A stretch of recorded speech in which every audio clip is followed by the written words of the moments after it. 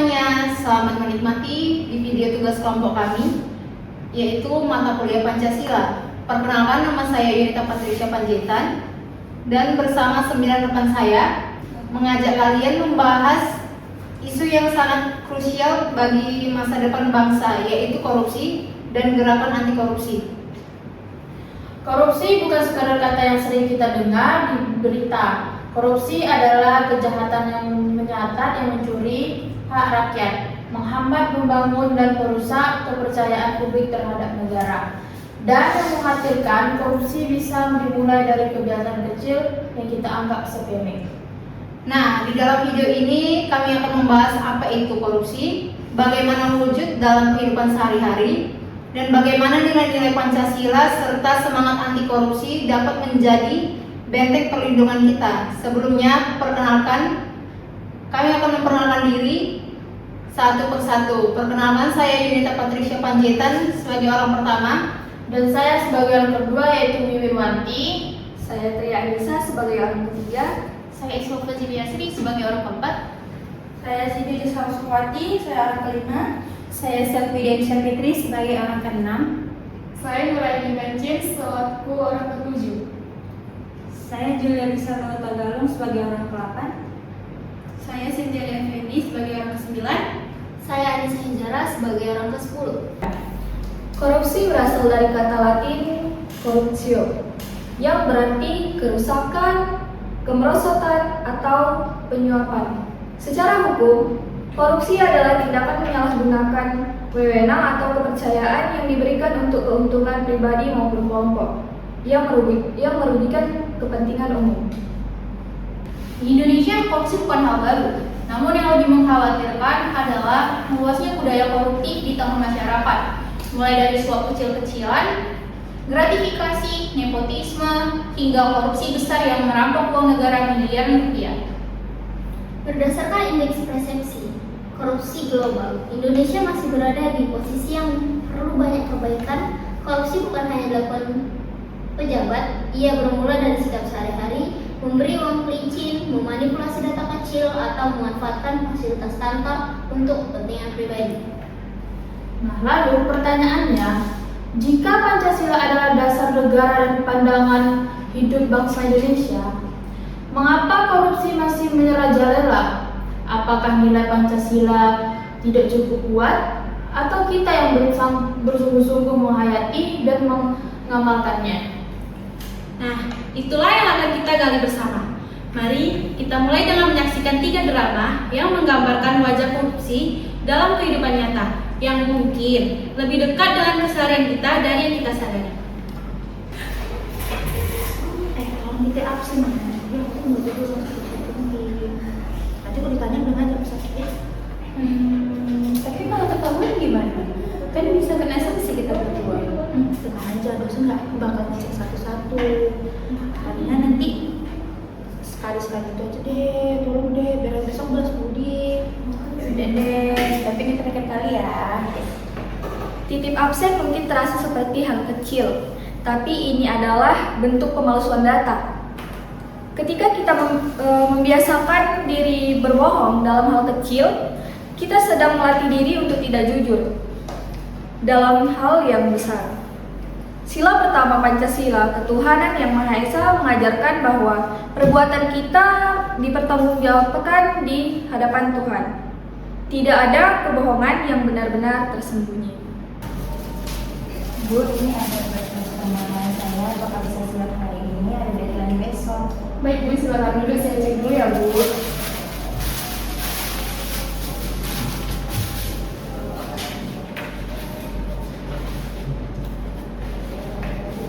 Maaf Bu, sepertinya ini butuh waktu 3 hari kerja. Bu, ini hanya sedikit, tolong dibantu ya.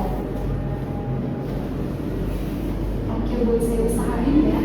Adegan ini adalah gambaran gratifikasi, pemberian sesuatu kepada petugas agar mendapat pelayanan istimewa. Ini bukan kebaikan, ini suap. Baik si pemberi maupun penerima sama-sama bersalah. Sila kelima Pancasila, keadilan sosial bagi seluruh rakyat Indonesia, menuntut pelayanan yang adil, bukan pelayanan yang bisa dibeli. Ketika kita memberi amplop, kita sedang merusak sistem yang harusnya adil untuk semua. Untuk vendor konsumsi acara kita, sudah ada kandidat. Teman aku punya acara catering. Kita pakai dia aja. Kalau untuk soal harga bisa atur lah. Tapi kan harus ada proses seleksi dulu. Kita bandingkan beberapa vendor dulu. Gak usah ribet lah. Dia kan teman aku percaya sama dia. Dan tuh kan kita yang pegang anggaran, terserah kita dong. Iya sih, biar lebih praktis. Yaudah deh, setuju aja. Inilah polusi dan nepotisme. Memilih orang bukan berdasarkan kualitas, tapi karena kedekatan. Akibatnya, orang yang lebih kompeten tidak mendapat kesempatan dan anggaran bisa dimanipulasi. Sila keempat, Pancasila, kerakyatan yang dipimpin oleh hikmah kebijaksanaan. Mengharuskan setiap keputusan diambil oleh jujur, transparan, dan untuk kepentingan bersama, bukan kepentingan melintir orang. Baiklah, setelah tadi kita menyaksikan 3 drama tadi, mari kita bahas lebih dalam. Pertanyaan pertama, menurut kalian, mengapa korupsi begitu sulit diberantas di Indonesia ini? Menurut saya, masalah utamanya ada di budaya. Kita sudah terlalu terbiasa dengan hal-hal yang kecil yang koruptif. Titip absen, uang pelicin, kong kali kong kecil, dan kita menganggapnya normal. Padahal dari kebiasaan kecil itulah korupsi besar tumbuh. Saya ingin menambahkan soal lemahnya sistem pengawasan. Korupsi subur ketika tidak ada mekanisme yang transparan dan akuntabel. Ketika seseorang bisa melakukan sesuatu tanpa diawasi, godaan untuk menyalahgunakan sangat besar. Betul. Dan saya mau bicara soal krisis keteladanan. Ketika pemimpin yang korup tidak mendapat hukuman setimpal, masyarakat belajar bahwa korupsi tidak apa-apa, bahkan bisa menguntungkan. Ini sangat merusak nilai moral generasi muda. Dari sisi mentalitas, ada pola pikir kalau bukan saya yang ambil, orang lain yang ambil. Ini mentalitas yang sangat berbahaya. Ia melegitimasi tindakan koruptif dengan logika relativitas moral. Nah, poin-poin yang sangat tajam sekarang, bagaimana kaitan korupsi dengan nilai-nilai Pancasila? Sila berapa dan sila yang mana paling terdampak dalam Pancasila? Semua sila terdampak, tapi menurut saya yang paling fundamental adalah sila pertama, ketuhanan yang Maha Esa. Pelaku korupsi pada dasarnya tidak takut kepada Tuhan. Ia tak merasa ada pengawas yang lebih tinggi dari aparat. Ketika kesadaran spiritual hilang, remoral pun hilang. Saya ingin menyoroti sila ketiga, persatuan Indonesia. Korupsi itu memecah belah. Ia menciptakan ketimpangan antara yang kaya dan yang miskin, antara yang punya akses dan yang tidak. Persatuan sejati tidak bisa dibangun di atas fondasi korupsi. Dan tentu saja sila kelima, keadilan sosial. Korupsi adalah pengkhianatan terbesar terhadap sila ini. Setiap rupiah yang dikorupsi adalah rupiah yang dicuri dari orang-orang yang membutuhkan. Dan rumah sakit, sekolah, transtruktur, dan layanan publik.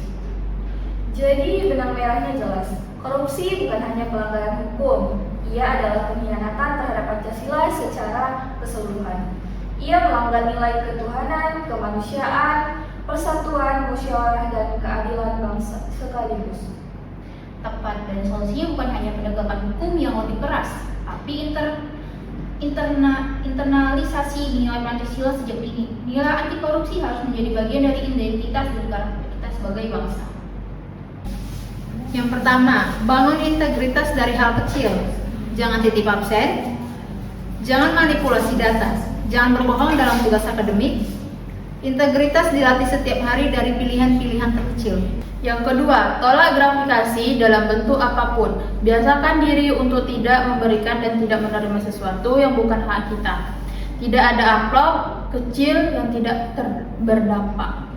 Yang ketiga, perkuat kesadaran spiritual, jadikan nilai-nilai ketuhanan sebagai rem internal. Ingat bahwa Tuhan Maha melihat, bahkan ketika tidak ada orang yang mengawasi. 4. Berani melapor dan bersuara. Jika menyaksikan korupsi, jangan diam. Gunakan kanal pelaporan yang tersedia. Diam adalah persetujuan diam-diam. 5. Tuntut transparansi, baik dalam organisasi kampus, kepanitiaan, maupun kehidupan bermasyarakat. Mintalah laporan keuangan yang jelas dan terbuka. Transparansi adalah musuh korupsi. Yang keenam, pilih pemimpin yang berintegritas dalam pemilihan apapun, ketua kelas, BMM, hingga pemilu. Jadikan rekam jejak dan kejujuran sebagai kriteria umum, bukan popularitas. 7. Dukungan gerakan anti korupsi ikut serta dalam komunitas, kampanye atau edukasi anti korupsi. Perubahan budaya dimulai dari gerakan kolektif. Kedelapan, jadilah teladan di lingkup terkecilmu, mulai dari kamar kos, keluarga, kelas, dan organisasi. Seseorang yang bersih di lingkaran kecilnya adalah benih perubahan besar. 9. Pelajari hukum anti korupsi dan hak-hakmu sebagai warga negara. Pengetahuan adalah senjata melawan korupsi. Masyarakat yang melek hukum jauh lebih sulit untuk dimanipulasi. 10. Percaya bahwa satu orang bisa membuat perbedaan. Setiap tindakan jujur yang kamu lakukan hari ini adalah kontribusi nyata untuk Indonesia yang lebih bersih, mulai dari dirimu sekarang. Sampailah kita di penghujung video ini. Dari semua yang kita bahas, satu hal yang ingin kami tegaskan. Korupsi bukan takdir bangsa ini. Ia adalah pilihan dan kita semua punya kuasa untuk memilih jalan yang berbeda. Pancasila memberikan kita fondasi yang kokoh untuk melawan korupsi, nilai ketuhanan, kemanusiaan, persatuan, musyawarah, dan keadilan. Semua nilai itu bertentangan langsung dengan korupsi. Artinya, setiap kali kita hidup sesuai Pancasila, kita sedang melawan korupsi. Jangan tunggu sistem berubah dulu. Jangan tunggu orang lain menjadi jujur dulu. Mulailah dari yang paling bisa kita kendalikan. Pilihan dan tindakan kita sendiri setiap hari. Karena Indonesia yang bebas korupsi tidak dibangun oleh satu orang hebat, tapi oleh jutaan warga biasa yang memilih untuk hidup jujur, adil, dan bertanggung jawab setiap harinya. Terima kasih sudah menonton video kami. Semoga bermanfaat dan menjadi pengingat bagi kita semua. Lawan korupsi mulai